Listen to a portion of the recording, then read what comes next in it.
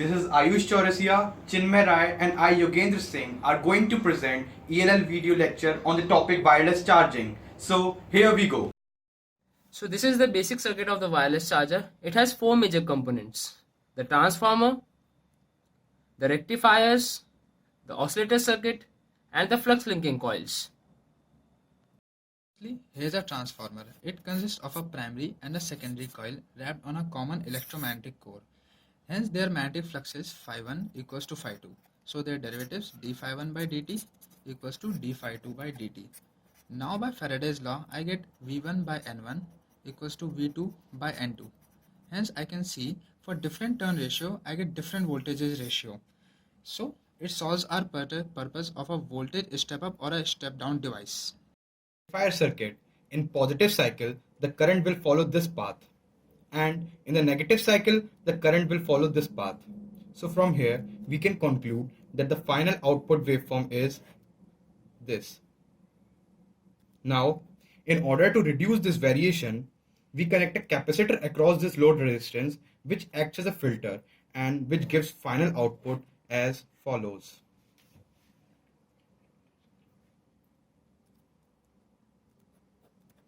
This is our capacitor.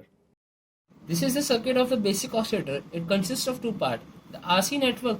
The RC network is composed of three RC units, each of which creates a phase difference of 60 degrees, which adds up to give the total phase difference of 180 degrees. The second part of the oscillator is the inverting amplifier. As we know that it creates a phase difference of pi between its input and output voltage. So the total phase difference created by the oscillator is 360 degree. So we can say that each cycle of wave acts as a source for the cycle of wave following it. The output of the oscillator circuit is amplified by the non-inverting amplifier before feeding it into the coil. The power source of the operating amplifier is the DC output of the rectifier circuit. Plus VCC is obtained directly from the DC output, whereas minus VCC is obtained by operating an inverting amplifier. There are two coils for transferring the energy wirelessly, one each at the charger end and the other one at the mobile end. The flux link between these two coils depends upon the geometry of the coil, the distance between them, and the orientation, and this directly affects the efficiency of the charging process. We come on to the working of the circuit.